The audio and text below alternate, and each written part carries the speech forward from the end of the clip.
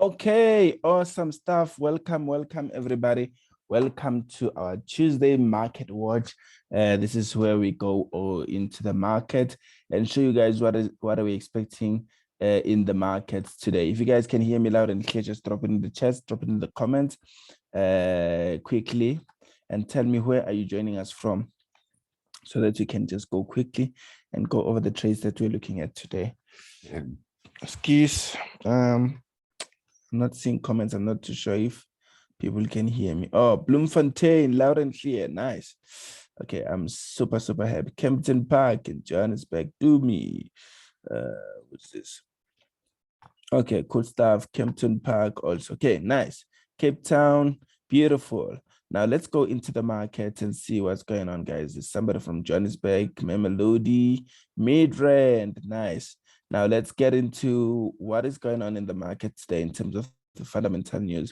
Now today, in terms of the fundamental news, there's already been some of the news that were released earlier on, especially the interest rates in Australia. They were released earlier this morning, and then the unemployment rates in Switzerland. Some couple of things also happened in the European market where the GDP was released, and it was quite positive.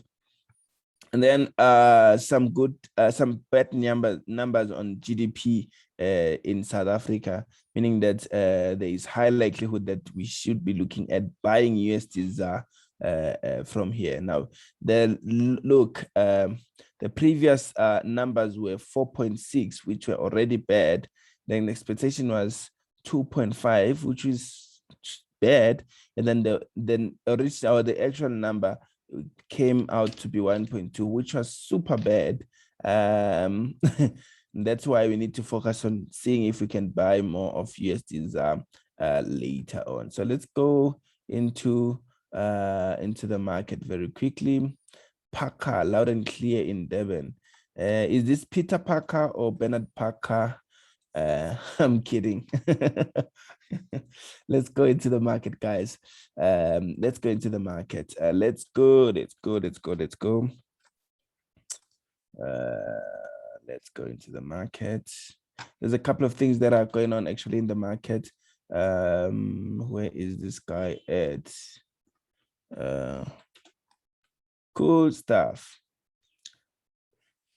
Now, I'm going to start off with XAUUSD, which is very important. A gold chart is very important to us. Very important. And look at where possibly gold will go today, right? Now, we know that gold has been very bullish, but something very, odd happened earlier this morning. Markets broke this support, which has been a constant support for quite some time. Even if you can just extend it like this, it's been a constant support. I believe that markets are now in a bearish market formation, right? We now can focus on selling, but not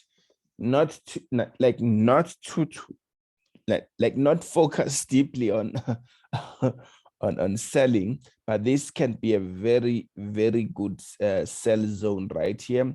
I'm still on a 4-hour time frame, but let's see if around 1 o'clock, if we can't buy low here, to that zone. Let's see if we can't buy low to that zone.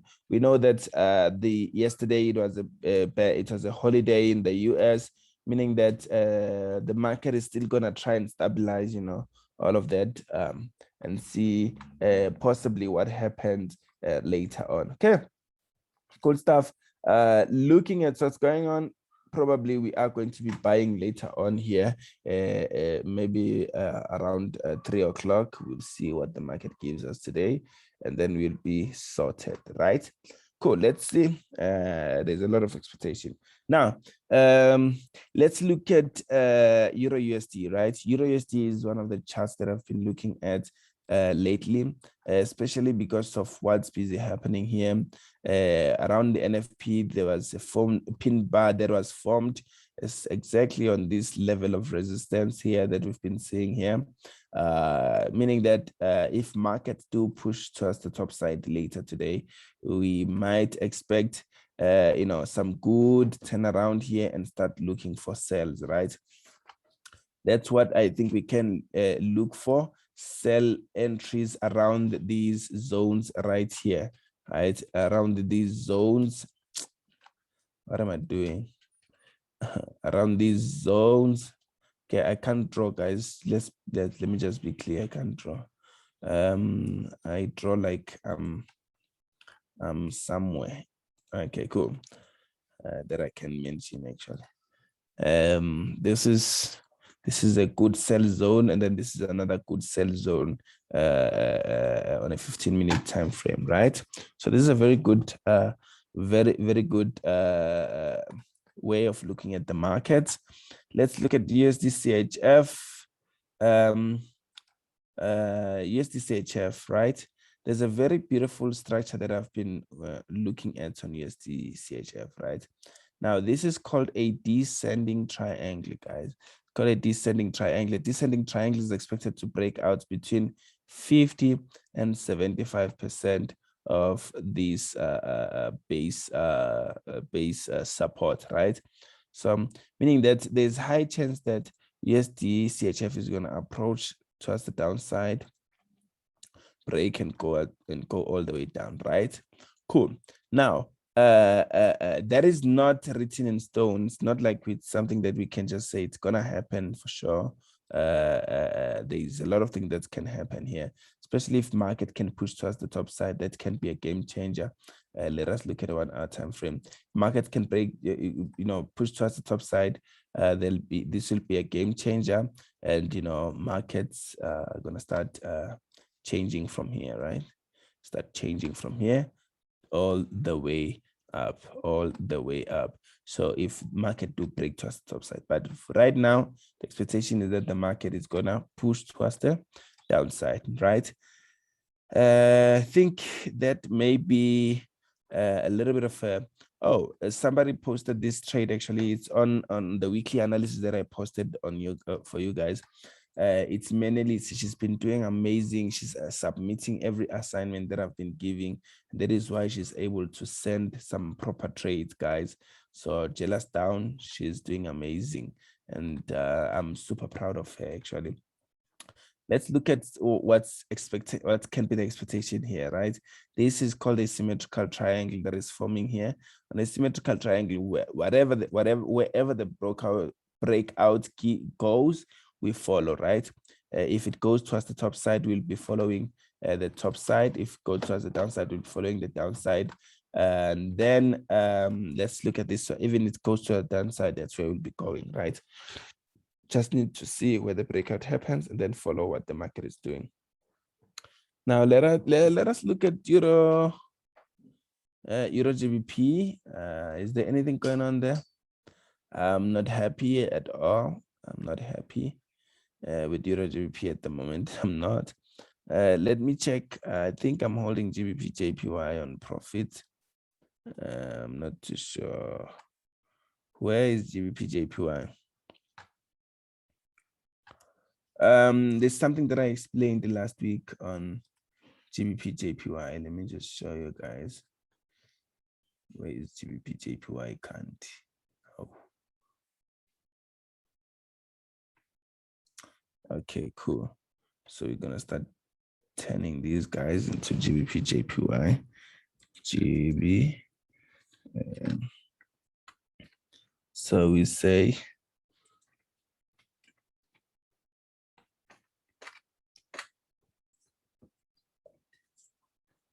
I'll be back. I'll be back to you.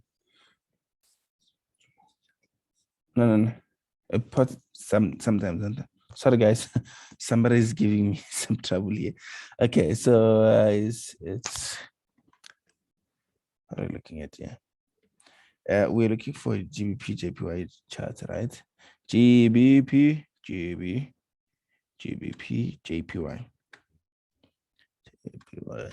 Okay, cool stuff. Let's see.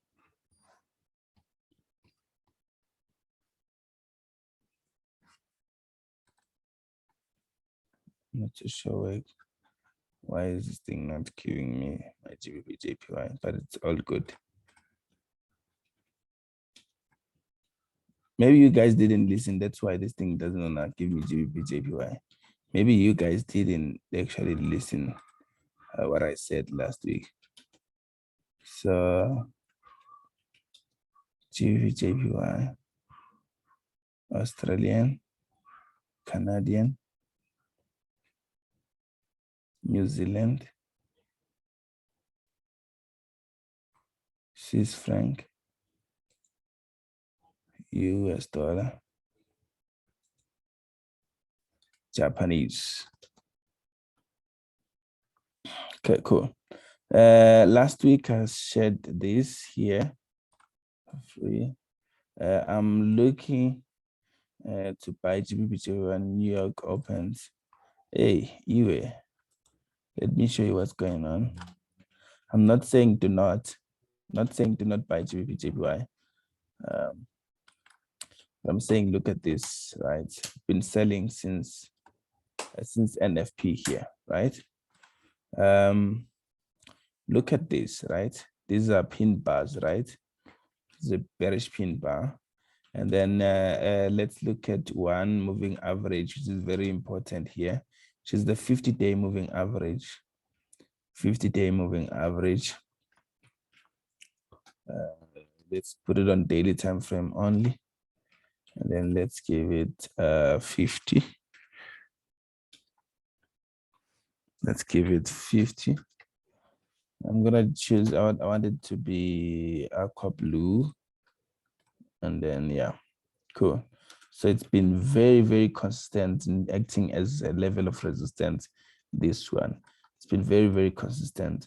Also considering that right here, I'm not saying do not buy, but look at this trend right here. It's the park. Look at this trend right here. This is a very bearish trend. And on a bearish trend, I don't want to be against that trend. I want to be looking for such opportunities where I'm selling, right? So my take profit is down there around 149,316, around there. That's where my take profit is.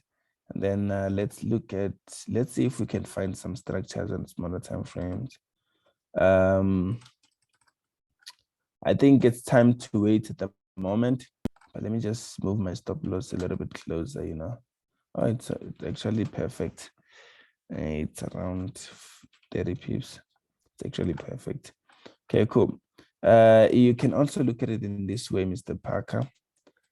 You know, can also look at it in this way. And I mentioned, I was here last week. I spoke about this trade being one of the trades that I took in 2018 or 2019, right? So this can be also something that you look at, Mr. Parker, you know, and start looking for sell options, right? Cool. Obviously, the market has already moved now. I took that sell a long time ago, like last week or so. There's also another one that we can look at, which is called which is called EU. Okay, not EuroCAD. Not really. Okay, I think we're done here. Do you guys have any trade or setup that you want me to look at before I go? Just one of them. Just one of them. Just one. Just give me one. ADCHF. Okay, cool. Let me go to ADCHF. I take the one that comes first, guys. Oh yeah, plus the consolidation structure has been broken. Nice, Mr. Parker. ADCHF. Here's my ADCHF chart.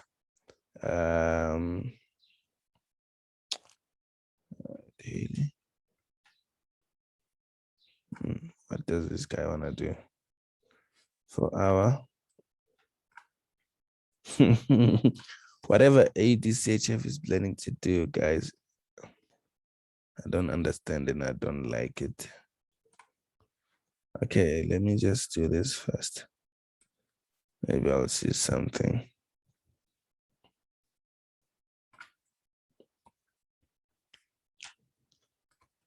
I'm not happy with ADCHF.